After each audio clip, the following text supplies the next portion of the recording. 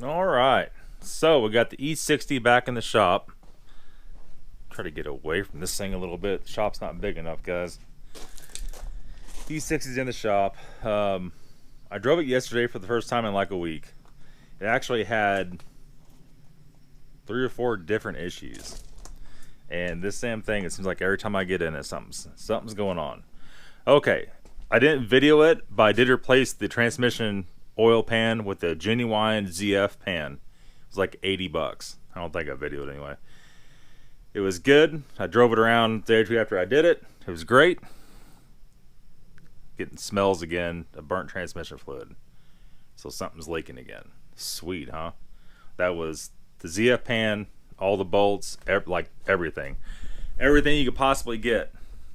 And torqued everything down correctly. Maybe you just have to retorque it again. I really don't know. Check engine lights on for cam sensor. I ordered new cam sensors for it. It's been an ongoing situation with the cam sensors for a while. I just went ahead and got 2 brand new cam sensors. I think they were $100 for 2 of them. It's got an issue with the brakes. Something in this front, whenever you hit the brakes, it clunks when you first hit it, like something's loose. So we'll be taking the wheel off of this, checking the CV axle, checking just kind of the bolts on the caliper, everything, and make sure nothing's physically loose. That just started that recently. So let me see here. I'm trying to think. There's something else too. Well, and we're due for another washing and ceramic coating. The hood on this thing's always been a little bit blotchy. I even went through and buffed it and everything, cut it down and buffed it. It still just looks a little blotchy, so it needs to go to the car wash. It needs to go to the hose here. Probably it's not sunny today. It's cloudy. Hand scrubbed, brought back in, blowing off the leaf blower, all the water off of it, and ceramic coated again because it did help the whole car a lot last time. It just needs to do it again. In other news, we'll be starting on the new shop on the concrete. So as you walk out this door, it'll be concrete all the way to that gravel pile and all the way over the 25 foot, like 40. I remember what the exact numbers on it were. 48 by 52 or somewhere in there is what I'm going to do. Might be as low as 40 by 48. Just depends on how things look. I'm going to go as big as I can because I damn well know we're going to need all the room we can get. The ideal thing is, as you drive out, there'll be a garage door over there that comes in, and about where that gravel pile is, I want to have a stacker lift with 2 cars on it. So all this stuff we're doing for the channel, they could be inside. The goal of the whole situation is nothing has to sit outside. There's plenty of room inside, and we have room to do whatever we want with some lifts. And once you get to that point, work on something.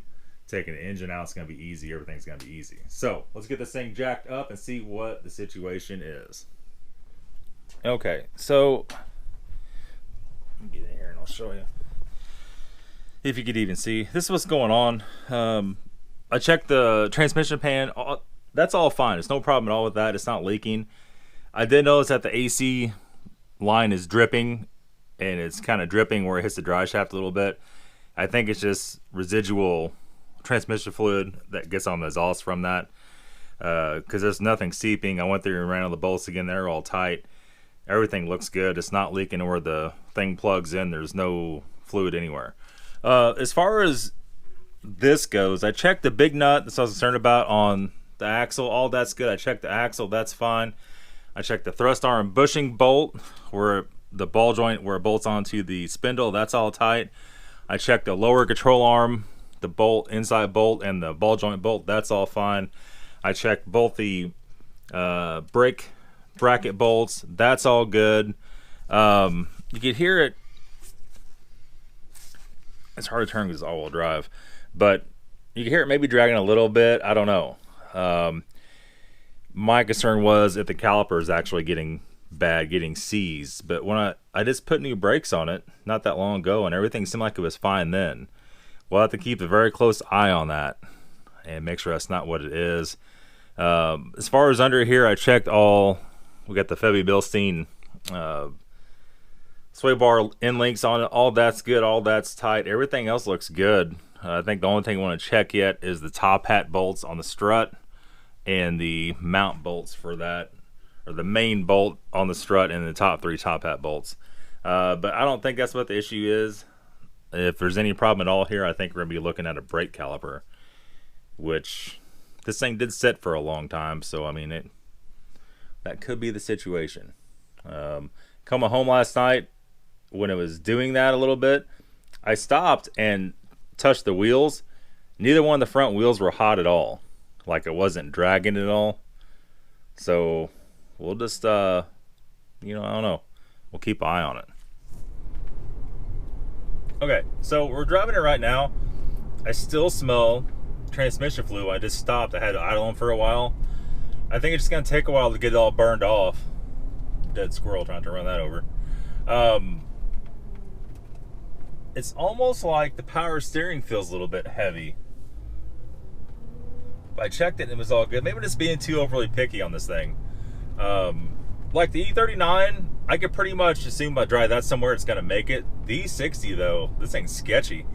It don't matter how much money you spend on something. I spent pretty much an unlimited amount of money on this car so far. And still, there's odd things happening all the time. I just don't know if you could ever get it functioning correctly. In fact, yesterday we were at the gas station, or Zine says the petrol station, and some girl was driving a car just like this, pre-faceless 154. Looked like she was probably 16, smoking a cigarette in it. And I didn't say anything to her. I just looked at her and just thought, man, you have no idea. You have no idea what kind of monster you've got there that is gonna take all your money. And it was kind of rough shape. I couldn't imagine trying to do one like that and have it work out for you. You know, I really don't know. A lot of people do that. I don't understand it. I guess they'll end up on Craigslist for $1,000 for it's over with. But it's gonna be it. Kind of a boring video today. I'll have I guess the next video is going to be on the E39, how much I have in it, what all we've done to that. Still waiting on the title for the blue E39. The guy can't find it or something. I haven't even paid for the car yet. So that might be a little while for that pans out. And it has some other ideas. I'll stop here, it's not all shaky. Has some other ideas. And like I said, we're going to start on the shop maybe as soon as tomorrow, the new concrete.